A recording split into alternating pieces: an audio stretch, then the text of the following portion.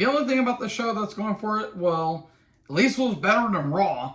What's going on, guys? BustleP6 here, back sharing video, and today I'm here doing my Smackdown review from Portland, Oregon, and yeah, coming off of whatever the hell we just watched on Raw, and knowing that everything's been going on in the past few days, Mania, the Endeavor deal with WWE and UFC, Vince coming back, and Triple H is kind of in shackles, and a lot of talent not being happy. This was better, but it still wasn't great. Though the show did fly by pretty quickly, so I hopefully ain't gonna waste too much time with this review. So let's get into this review.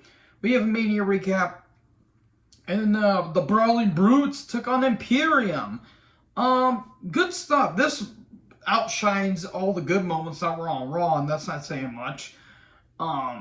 Good hard-hitting stuff. Vinci and Ludwig, really good talents. Of course, Gunther is, if he does not beat Honky Tonk Man's record, that record ain't getting broken. Sheamus, Dunn, and Holland, they're all getting over as hell.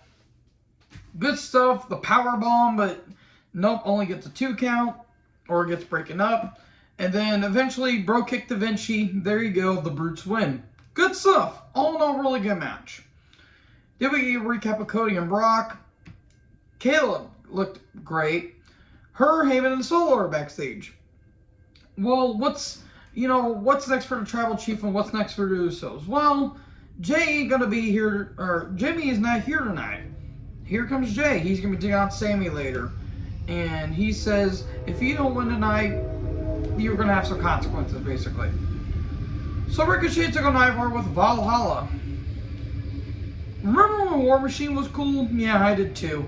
Shooting Star Press, Ricochet wins. There wasn't really not a whole lot to the matches.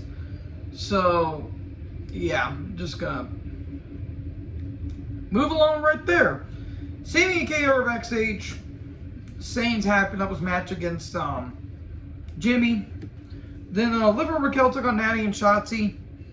Liv and Raquel win. There was really not a whole lot to this match other than they're hyping up Liv and Raquel versus Becky and Lita on Raw this next Monday. Woods, Moss, and Emma are backstage. I completely forgot Moss and Emma were even in the company. That's how forgettable they are. It's nothing against them as talents. It's just Emma feels like a complete afterthought. But they're playing video games backstage, and Knight shows up. LA Knight deserves a whole lot better. I'm just going to say right there and then. And he, talks crap about Woods, talks crap about the video games, and he slaps Woods. So there you go. Triple H comes down. What's his big announcement? He talks about all of Mania's success, the highest selling pay-per-view in the company's history. Well, the big news is the WWE draft is in 3 weeks. Okay. Hopefully they can somehow contain it. I'm not seeing that happen though. But Rhea and Judgment Day come down. Rhea got a huge pop. She got a huge reaction.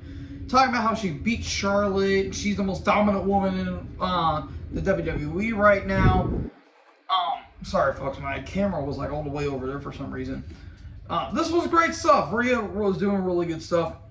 Then Finn got in a couple shots, talking about Edge, and talked about how he got busted open. And then Dominic talked, and that crowd just basically just covered the mics and boos. That's how much heat Dominic is getting.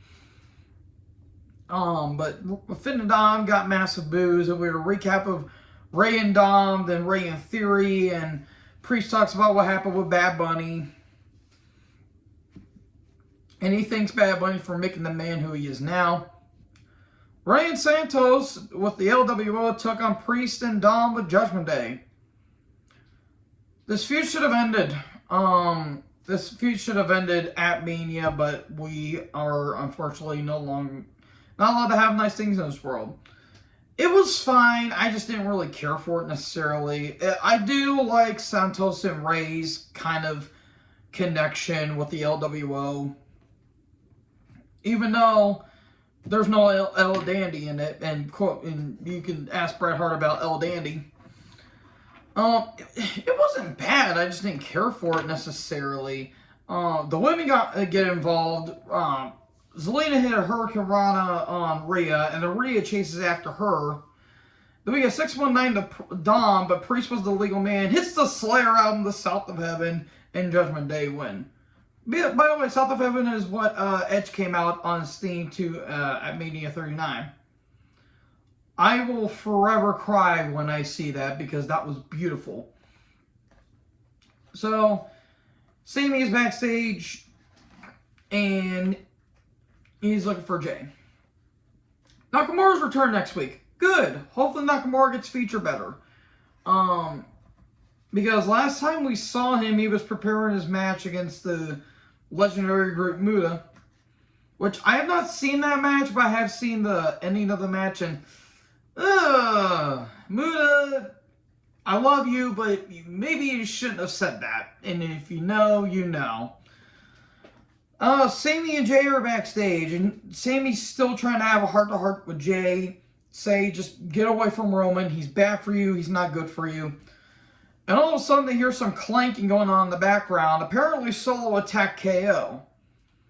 So there you go. And then we get to Jay versus Sami. Good match. Good match as always. Solo at one point arrives at ringside. So good stuff. The Exploder by Sami. And Sami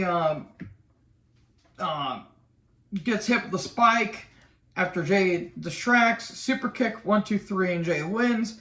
Solo goes for another spike, but Jay stops it, but hits him with the super kick. We get a beat down. All of a sudden, Matt Riddle shows up. I understand why, because of storyline purposes, because Solo did attack Riddle to take him out when Riddle actually had to go to rehab. And there you go.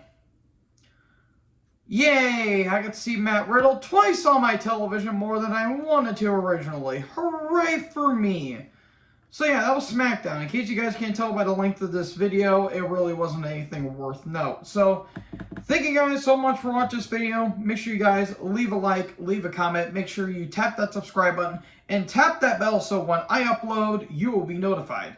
Thank you guys so much for watching this video. And most importantly, join the herd. Talk to you next later. Peace out.